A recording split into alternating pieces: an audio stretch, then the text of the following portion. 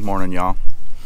It is October 16th, 2024, and I am here once again hunting at the Shiawassee River State Game Floodings, the Draw House in St. Charles. Out here duck hunting this morning. Kind of back and forth on how I'm feeling today as far as confidence goes in the zone I have.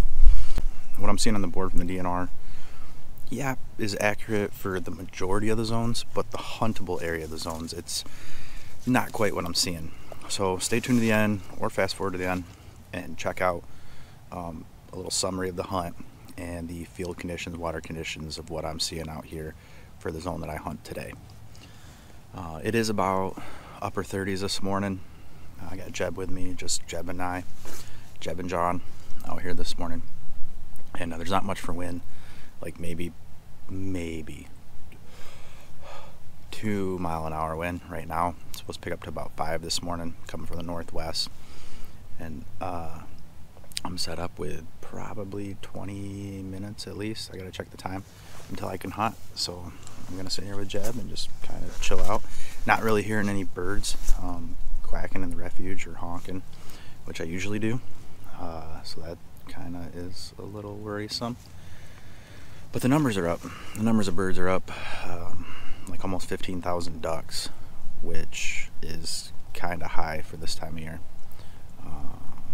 But again, wish me luck. Hopefully I get some birds out of this wet field, and it's more close to a dry field, and get them in my freezer. Fill the freezer outdoors. If you don't lay down, boy. Lay down.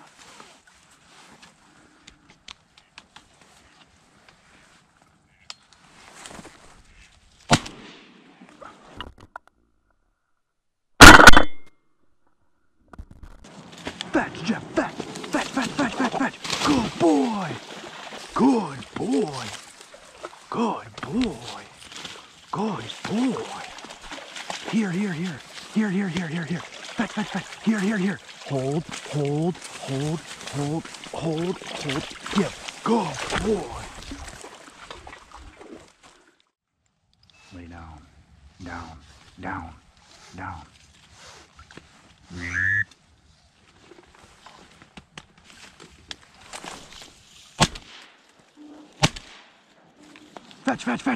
Fetch.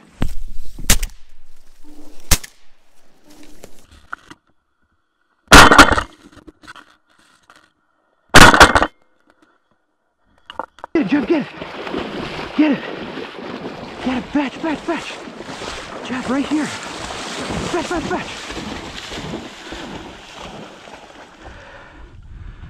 Fetch it. Good boy, get it. Bring it here, good boy. Bring it here, good boy. Good boy. Fetch. Good boy. Give. Good boy.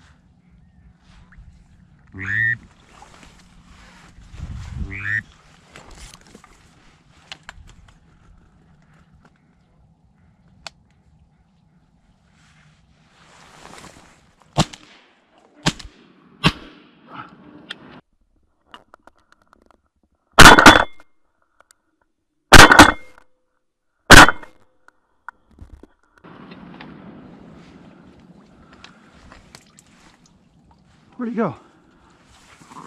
I hit him. He didn't go down.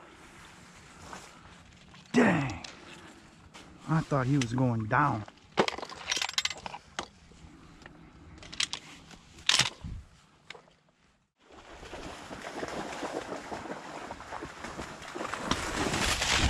Good boy.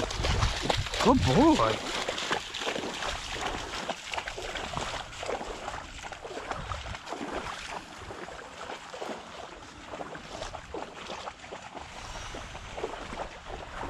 Hey, bud.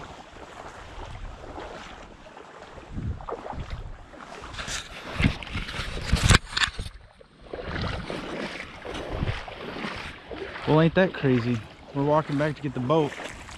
I got an empty shell stuck in my gun. And the people next to me are sky busting like crazy. And they're between me and the refuge, so there's really no point for me to continue anyways. There's not that many birds flying today. They're not really getting much of a chance to get to me. And we're walking back here to the boat. And Jeb brings me a pintail. Little baby Drake pintail. He's still alive. He's just sitting here on my hand like a little pet. Good boy, Jeb. Good boy. He just winded it, ran in the corn, came back out with it. Finally becoming a real good duck dog, that Jebediah. What a great dog. But yeah, he's just sitting here. We're like friends now. I'm gonna have to review the tape, see if this is the one that I hit that never fell. Well, it didn't fall from where I saw. Maybe I hit him. He continued down further this way and then landed. And he just can't fly now. It's kind of what I'm thinking. Either that or he's a cripple from, you know, previous couple days, whatnot. We did find a dead widgeon. We were picking up the hen mallard. And it was rotten pretty bad. Starting to. Been dead for a few days. But as you can see, this little guy's still alive. Can't really use my finisher on him because my finisher broke. Not really sure what that's all about. But my spent shell that is stuck in my chamber, the brass piece of the shell bent off it and I can't get it out. And so I tried using my finisher to get in there and try wedging it out, and the finisher broke in half.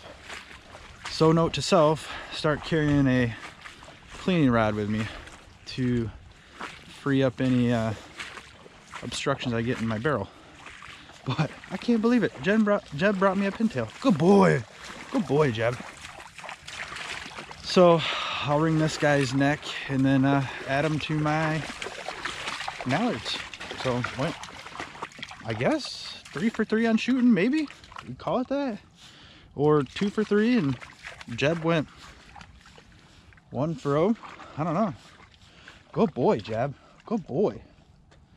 But 100% a pintail. Gonna go for a juvenile Drake. Yep. Well, look at this. Like, my boat, as you can see, this is all like blooded grass, like 5 inches of water here. My boat is beached. There's one lane down here that they've got dug out for boats, and other than that, you can hunt this zone in frickin' boots. You don't even need waders, except for you kind of do for this. But you can see what zone I'm in. There's no water out here. It's really kind of sucks, but that's what it is. I'll get the decoys picked up and then I'll do official outro here in a minute back at the truck. All right, well, as y'all can see, I didn't do my outro in the truck. I got talking on the phone, or got me some food at Taco Bell, and never did my outro. Then I got home and cleaned everything up and got tired. So I'm doing my outro now as I'm doing a little video editing here to get this video out. But overall summary of the hunt, it was a bluebird day. As you can see, the sun was coming up, and I mean, there wasn't a cloud in the sky. It was real hard to see towards the refuge as the sun was coming up, and the birds just weren't flying. The DNR count is ridiculously high for this time of year. 14,900 birds. and the count was done the day before. I know this because I talked to the biologist and he told me. He also said that he believes that the high number of birds in the refuge is due to the recent drought we're having. Just hasn't rained much and there's not a lot of water elsewhere. They pump some water into the refuge and the birds are in there. And with a bluebird day, no wind, warm weather, it's just, I don't think the birds are moving. A lot of guys are thinking that they've got a bad count. There's not that many birds there. I'm not going to say that. I think maybe just the birds aren't getting up. They've got no need to get up out of the refuge when it's hot like that. I've also been looking at a lot of different companies that do, and biologists that do some online stuff and talking to them. And I didn't realize how much ducks feed at night and are becoming nocturnal and don't move around as much during the day. And especially with a bluebird day like that, I think maybe that's just, that was the day I had available to go hunting. And if I could have chose to go on a more ducky day, I definitely would have. But overall, the zones weren't flooded like the board reported they were, at least not where I was. I started thinking about it. You probably have to take that as an average. Like the board said that where I was hunting was like 11, 12 inches, and yet I was looking at maybe 5. There was a hole there that had a little bit more. That's where I put my decoys, like 30 yards wide, and then the trench was, above knee high, where they dug it out so you could get your boat down there. But actual overall huntable area, it wasn't that much water. And again, that was my zone. There's 6 zones in that area that the DNR is reporting on, so I think maybe that's an average. The corn was pretty good. There was a lot of corn on the ears still. Probably a little more than I usually see, after a few days into season already. Maybe that's due to flooding it a little later. I don't know what it's due to, but overall there's a little bit more corn left. And as I said in the video, the people between me and the refuge were sky busting pretty bad. I didn't want to be like, is it just me? But when I got to the parking lot, there were a couple other parties pulling out too, and they were complaining of the same thing. Like, man, we can't get any birds to work any of these zones coming out the refuge because they're right at the refuge and sky busting at everything. So it just is what it is, right? You just, unfortunate luck of the draw. I got a low number in the draw, and I got a zone next to people that were hunting a little different than I do. So I'm taking some 100-yard shots. Yeah, it is what it is. I shot at 3 groups of birds. I got 2 birds that I shot, and then Jeff pulled that one out.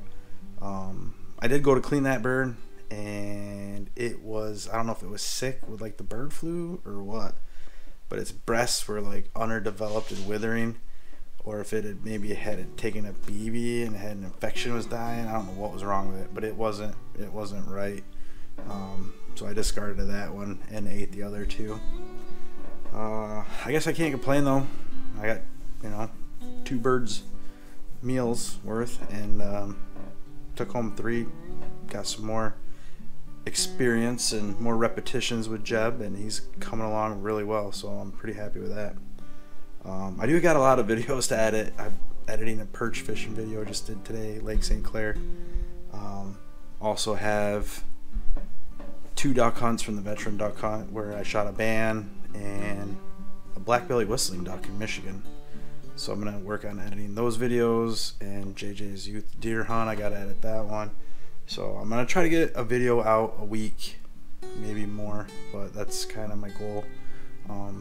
My computer's a little old now, and my video editing software's a little slow, so I'm going to shoot to get a video out a week during this hunting season and try to keep up with that.